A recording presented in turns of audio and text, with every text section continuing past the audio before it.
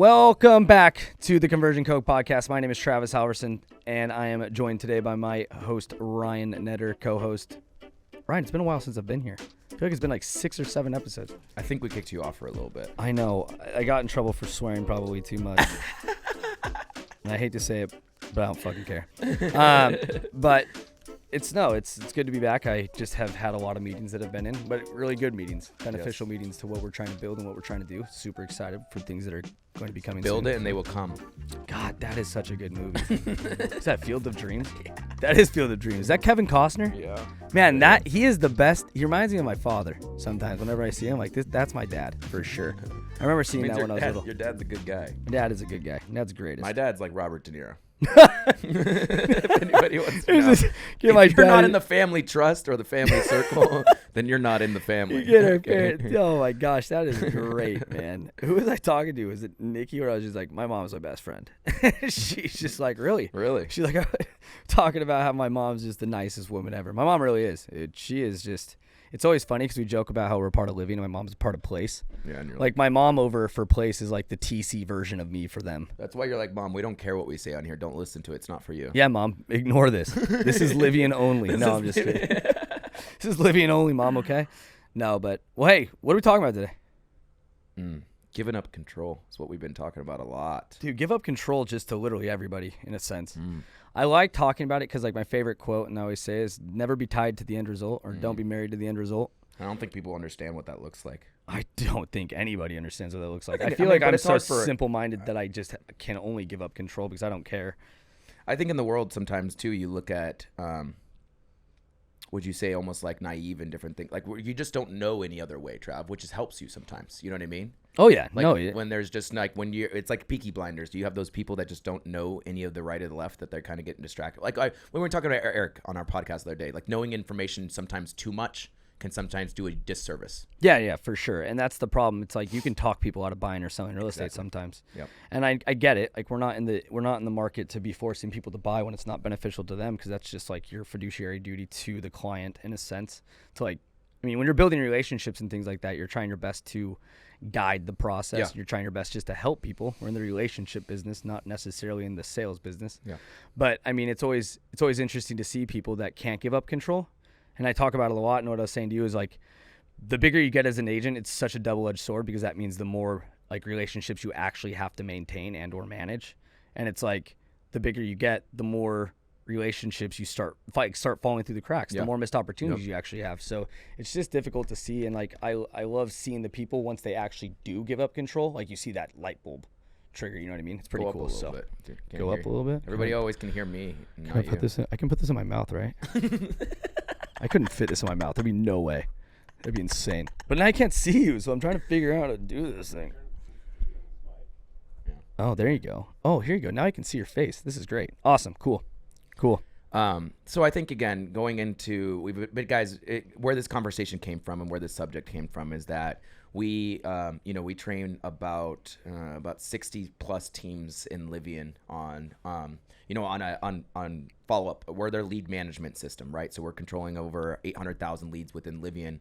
And what we've been focusing on a lot more is when we say agent control is just, it's not telling people, like you have to realize if you're in real estate and you're as good as you are, you're an entrepreneur where you do have control, and we want that in you. You know what I mean? You're the reasons why you guys can be in this business and can bear with this business and can bear, sometimes the ups and downs that kind of comes with this business. But when we kind of say the control aspect is that when you guys, and I think it's, we can bring up new agents, and new agent on our team, Carrie, coming in and understanding the aspect. Shout out to Carrie. Yeah. Understanding that, the leverage of what a team's giving to her. She hasn't even started with us, guys, and understanding and just introducing her to the leverage that she will have when lead generating and lead converting. She's like, Ryan, I haven't even started yet, but I feel better. She goes, I don't have to go home. I can maybe talk to my kids. I can do this kind of stuff. And it's like, I haven't even started yet, but just knowing that I don't have to go do this, to do that, to do this, to do this, you know what I mean? And being able to focus solely on finding my, customers what they need. See, those are the dogs like Elena who like give up control because they know it's beneficial towards them, and they know that they can actually and they give it up produce more pretty quickly as well, right? Everybody always asks, like, when are you going to see the results? Like, the quicker you let go and allow the results to continue to keep taking their place, I would say. Yeah, no, for sure. And like the funny thing was, and we're going to use this as an example because we talked about it. There was an agent when we were at Keller Williams Mega Camp 2 weeks ago. Was it 2 weeks ago? Yeah, last week. 2 weeks ago. And we were there and we were talking to one of the agents, and it's a high producing agent down in Atlanta, and she is going to probably do 50 units. Yeah, she'll probably do about 50 units this year. Yep. But I asked her, I said, hey, where's your database? So when I get into your follow-up, boss, I can only see like 500 clients. I know like you've been in the business for a little bit, and I know you should have more than that. She goes, oh, I have 2,500 in this Excel sheet. I said, that's awesome. I said, that's great. I said, where are your notes for these people? Like, where are you tracking when to follow up with them next and stuff? And she goes, well, in all honesty, with the thing that's actually happening and the stuff. Oh, hey. What's up? Oh, what's up? Hey, Coach. Hey, Coach. Good, man. Good. We're talking about giving up control. Oh, is it? Yeah, we're getting dialed in. No, we're talking about the fact that like when these agents come in and they can't give up control, they put stuff in like they put 2,500 leads in an Excel sheet instead of their CRM because they don't necessarily understand the technology in a sense. And when we ask her, hey, out of these 500 leads, who do you actually know? The ones that have been in the CRM. If they're not in your Excel sheet, when are you planning on following up with them? Well, she said, like, well, I mean, I don't necessarily know how all those got in there. I think it's a mixture of both. And I said, okay, well, I see here that you have 26 quickly leads, and those are like the sign calls that you text. That all comes across as like the listing that they like wanted to talk about, and like just a name and a phone number. And sorry, I'm going on with the story, but the thing is, though, is great story. When it comes down to it, I said, hey, are you okay if I text these 26 leads? And she goes, well, what are you going to say? I said, well, why does it matter? You've never talked to them before. Exactly. And the thing is everybody wants to not do it until it's about to happen, or everybody wants to control it when it's about to happen. They want to control what the message is going to be. But the real thing comes down to is like the more control you have on it, you'll just think about it so much about what the message needs to say, and then you'll just never do it. Never do it. So I asked her, I said, hey, I'm just going to send a message, and I'm just going to say, is this no longer contact first name to all 26 of these people? And she said, okay, go ahead. And I'm like, they all registered for your listing. So, I mean, they're all your leads. So I sent it, and like there was one example, and it was like, hey, is this no longer LaFonda? And the lead responded like instantly and said, well, who is it then? That's all it said. And I just said, hey, this sorry, we got to block that out. We said we wouldn't use the agent's name, but this is agent's name. And just basically wanted to touch base with you. You had you had thoughts about buying or selling a while back. Just wanted to know if it's still top of mind or like on the back burner in a sense. And the lead replied and said, oh man, I'm so sorry. I actually just closed on my home last Friday. And even said sorry and apologized to the agent for the fact that she didn't use her in a sense. And I just laughed. I said, you're such a good agent. Burned a hole in her tummy. Yeah, you're such a good agent that you're able to close 50 homes out of an Excel sheet. I said, imagine if you leveraged your systems around you and you leveraged the people around you that can do the follow-up for you to just throw opportunities at you. Like you'd be doing 70 to 80 units a year easily and trying to educate her on that stuff. We would all do this. Yeah. Yeah, exactly. But yeah, she right there kind of understood and understands where we're coming from and why you have to give up control, because it's just going to make you better. The bigger you become, the more leverage you need to consider and continue those conversations and relationships. So sorry for the wrap. No. I think that, I mean, it's beautiful, Trav. I would say, a lot of the times, guys, what we're really getting at, and I think it's the pinpointing more and more that Travis and I don't sell homes. And you guys, when you're listening to this, like allow us to focus on this stuff, because you guys are focusing on the hard stuff that you have to focus on. If we came into your worlds and you guys started spieling out things that you do most of the times and our agents do to us, and we're like, sounds great, still don't know what you're talking about. Like, guys, we're not the expert on that, but what we're telling you is that Travis has taken it upon himself with communication that it's not in your best world to be asking and doing some of these things and these questions. So what you can do is leverage yourself and allow yourself to have leverage. If you're not in Living, you're like, I don't have, I'm not in Living, I don't have something called Canary, I don't have a nurturing system. Like, what does that look like? Guys, we all can have it, and it's all very similar, and it's not overthinking it, and it's usually second grade and third grade processes when you actually start to realize it. Oh, for sure. But it's just giving you more of a view. The more something's in your life, you're going to always have it in the back of your mind. Your subconscious is always going to be speaking to you of like, I need to do that. I need to do that. Right. Mm-hmm. And that is baggage. That is baggage on you. That is detrimental to you. That is detrimental to your mindset. Right. When you're coming every day and saying, I'm going to do something, and then you don't do it. It hurts. It hurts yourself. And so when you give yourself the space of, I am going to do it, but I'm going to do it solid and really good with 20 people or 50 people, then it's not, oh, well, I have 2,000 of these people. I'm going to try to do it with all of them because I'll be a baller. Yeah. Like you find out the people that are doing really good is they have leverage, man. Yep. And you know? It was funny because I used this, and it was actually Nikki that told me this quote. Not necessarily a quote, but kind of the whole concept behind it. But she said, Travis, whenever you pick up like a handful of rice and you have it in your hand, if you have your hand flat right here and like there's a lot of like area for like control and things to go around it, air to go around it and stuff, I said you can hold on to a lot of like rice, right? You pick up a lot of rice and you can have a lot in your hand. But the second you grip that handful of rice, you start missing things through, like things start falling through the cracks. You can only hold on to so much. Yeah. You start to hold on to so much that there's like a diminishing return on it where it's like you're going to miss opportunities other places. Or if you pull from somewhere, you're going to miss something over here. You know what I mean? The more control you have. So like if you just aren't tied to the end result, or you're just allowing things to be leveraged around you and you just focus on the things that are here and the now as a real estate agent, like it's going to allow your database to kind of grow more and still keep those conversations. All you need to do is put a fence around your database in a sense. Yeah. As long as those leads are coming to your IDX and your search site, you basically have them. And I talk about this a lot because I always say, who was it? I think it was Reed that was asking me. He's like, hey man, what do I do with these leads that come back to my website? I want to, like, they're not talking to me. I said, every time they come back to your website, pretend that they are talking to you. Yeah. Pretend that those leads are actually communicating with you just with action and by looking at something. Because if I was to look up homes for sale in Michigan right now or homes for sale in Wisconsin, where do you think your website, your search site, where do you think your search site pops up on those lists in Google? Yeah. And it's not even close to the top 50 because you'll see Zillow, you'll see realtor.com, you'll see all these different portals. But the fact that they're coming to your website instead of anybody else's, don't burn the relationship by trying to control what's happening. Don't burn the relationship by just always calling them, always texting them. Give it time to like cultivate the lead and just be like, hey, thank you for coming to my website. Make a mental note, make a note that you said thank you, and then move on. Yep. And actionable items, guys, like I know you guys always want to take away, is that it just take a couple people sometimes like we did with that agent and just be able to send something. Like if you haven't talked to them, if you never talked to them, like be a human to them and ask them like, do you have the right name? Like, is this Travis ? You know what I mean? Am I communicating with the right person that is interested in real estate? And you guys, you can start little steps by that and being able to build some of the confidence that you will get some of these negative responses. I get that you guys are all hiding from this response that you don't want to get. You know what I mean? But then when the response comes that you do get one that you do want, then you're sitting there still like, well, what do I do next? And I think that agent that you were talking about, when you started doing that and they did answer, then she was like, okay, so now what I said? And I'm like, now this is your groove. This is what you should be good at. Yep. When somebody's landed in and said, hey, this is me, who are you? And you're like, all right, now I'm on my wheelhouse. You know what I mean? Yeah, and that's what I talk about a lot is like just always have like, and as you're saying, like always have a next step. Like if you know you're going to send a text to someone,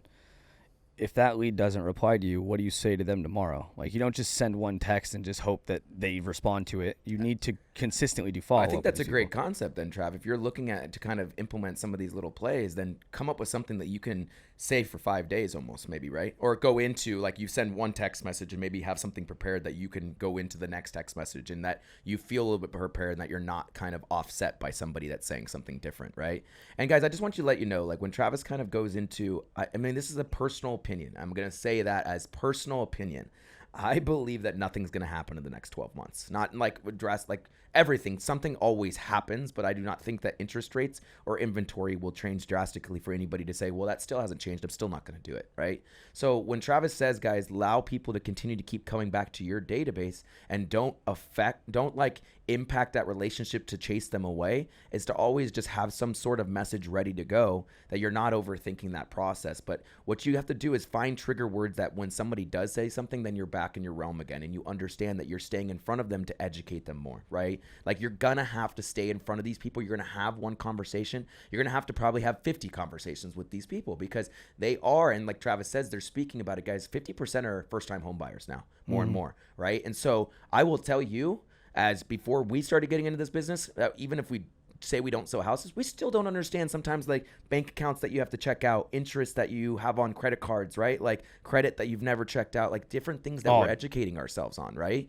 Like, and that's what you realize is that's what's happening in the world, guys. There's so many, yes, we understand the baby boomers and older population, but you have to realize of how much more are now starting to become the millennials that use this technology. And guess what? They know what you're freaking doing, guys. Don't be. It's like that's wow, you really didn't want to say fuck right there. You tried so hard. Doing God, good. I love it.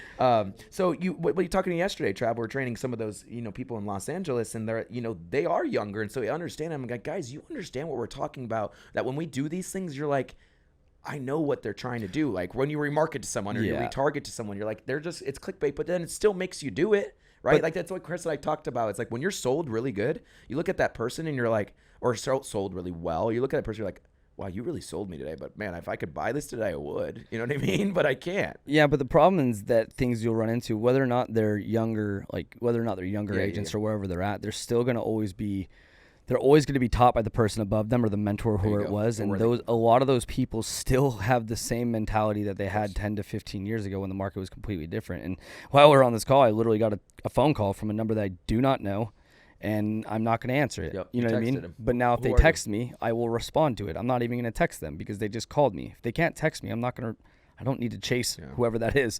You know what I mean? In a sense of, if you're not open for different, if you're not open in a sense of I got to be creative to do this sort of thing, whether you're young or old, there's still going to be different changes in the market. There's going to be different ways to communicate. There's going to be different ways to get a hold of people. And I was just talking about it on the call the other day of hey, if you're an agent that's still call, if you're an agent that's still using just Notepad, you're still using a piece of paper to take everything down, and you're not open to evolving with the market, and you're not open to doing different creative things, you're gonna just plateau, or you're gonna essentially end up losing to other people.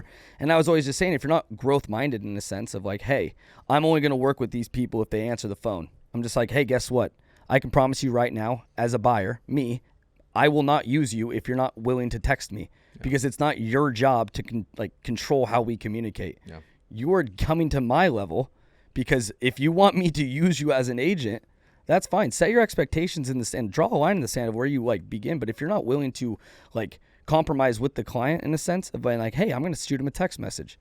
Oh, they didn't answer a call. It's a bad lead. It's no, I just closed it because they texted me back. Yeah. So where are you at in the standpoint of hey, if I'm not willing to do these sorts of things, then I'm only going to ever get this many closings, or I'm only ever going to work with this group of people. And I think it's because we're having a generation change. Oh, absolutely. At some point, it's not real estate market just changing. You know what I mean? And I think that's where Travis, real estate markets change and market shifts, and then people go, we need to go back to what we did really good. Oh, yeah. And it's well, that really good stuff was the things that you did with calling people a lot of times. That now I think it's an industry of generational change to say, hey, AI and everything, guys, is here. Yep. People are finding out that it's still is not, everybody's it's still not perfect and still not doing what it does. Guys, it's still here, okay? Yep. And you're not getting rid of it. And also with texting and TCPA violations, people are saying or these cell phone carriers, you're gonna have to do this or you're really gonna be ran out. You know what I mean? And that, again, comes into that conversation of control. How much are you guys going to keep saying, I'm going to keep doing this, and you're not getting the results? Exactly. That's all we're going to say, I say it a lot, though, and it doesn't matter of when it comes down to a sense of consistency, and I was going to read this quote because it was funny because they said it on stage with Gary. Let me see if I can find it. But they're basically talking about giving up control in a sense of, oh yeah, here it is. It was I think it's Tony DiCello, where he said the secret is consistency, right? The secret is consistency. They do the same thing every day. And Gary said, well, that's boring. He says, yep, I tell my clients, the more boring you are, the richer you are. Yep. Because the thing is, what it comes down to is if you can do the same consistent action over and over and over, that doesn't mean do the same, call. You still have to adjust with what you do. But the consistent action is, okay, I'm going to consistently lead generate. I'm going to consistently show up every day. I'm going to consistently do a specific action. Not a matter of all right, if I lead generate, I'm just going to call during this lead generation. No, I'm going to consistently show up for 2 hours and generate leads, which is call, text, and email. Okay, Be open to what the actual generational change calls for. You know what I mean? Yep. So I mean, that's ultimately what I think about a lot. I know that's a weird thing to think about when I'm sleeping at night, but no, it's strong. And so, guys, as you can tell today, we just wanted to give more actionable items of meeting more with agents that we're finding out what these, generational changes or just shifts in markets. Generational. Right? The shifts in markets that you becoming just... Southern, Chris. You hear it? I hear it. the generational change or, the shifts in markets is that there's going to be less people doing this and bigger businesses doing it. You know what I mean? You're going to look around and you guys are just going to start seeing the same thing and the same people and the same businesses and the same brands, because they're just the ones that are going to continue to keep, striving for that consistency or for where they have made that change, right? People are going to be acquired. And so all we're saying is own yourself. Don't feel like even if you're going to a team or you're being acquired or you're going into something that has more leverage that you failed, right? I think that's something that people have to look at, is like giving up the control, is to say, hey, and that's something like our coach looks at, guys, is that, oh, I'm on my own. I'm making all that. Well, no. Did you just see your P&L of how much you just made to how much you just spent? Yeah. And instead of being on a team and understanding the control that you can give up, to say, how much do you actually making and not having to then go spend on to make more, right? Yep. Like that's the thing and the concept of it. So all we're asking, guys, and if you're one of those ones out there, hit us up, have a conversation about it. What does it mean by giving up control? I think sometimes it's hard and it's actually very simple for us to tell you. And sometimes it's maybe hard for you to see it until you actually start to see it and feel it. You know what I mean? Yep. So no, completely agree. Tune in next time for Maybe If I'm Here. Maybe if you're here. Is there an outro song? Do we have an outro song? No, we can just go back and you just go. The same outro song as the intro song. That's fucking and you fire. just say, we're going to see you next. And we're going to subscribe. And we're going to like the podcast if you like the podcast. Like the podcast if you don't like the podcast. Just like the podcast. Oh, yeah. And by the way, boom. Django made it. Django's today. Here. Lexi would love that he said it. A little cross-eyed demon. Django, can you do one thing and say, I love you? I love you. I love you. I love you. Touchdown. We did it. Good job, Django. You're so enchained right now. Oh, we can't see him. We can't see you. All right. Fair enough.